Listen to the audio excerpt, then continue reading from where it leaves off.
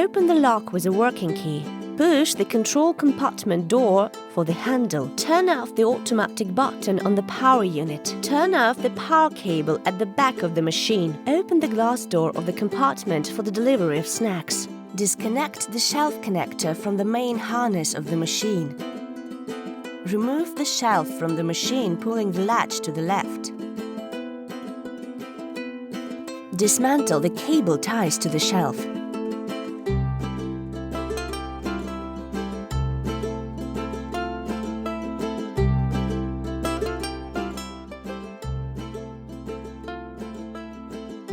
Disconnect the loop connectors from the motor connectors.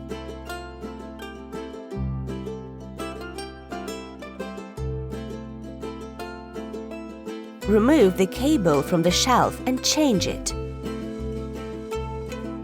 Set the loop on the shelf. Connect the loop connectors to the motor connectors. Fix the cable to the shelf with clamps from both sides.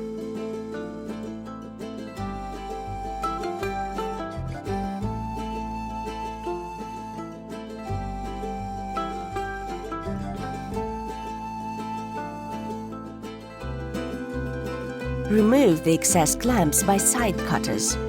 Set the shelf in the vending machine. Connect the loop back connector to the main machine harness.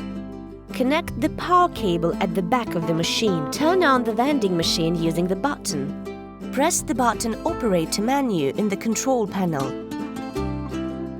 Select the menu item Test the motor using the keys on the keyboard and perform a test of each motor on this shelf.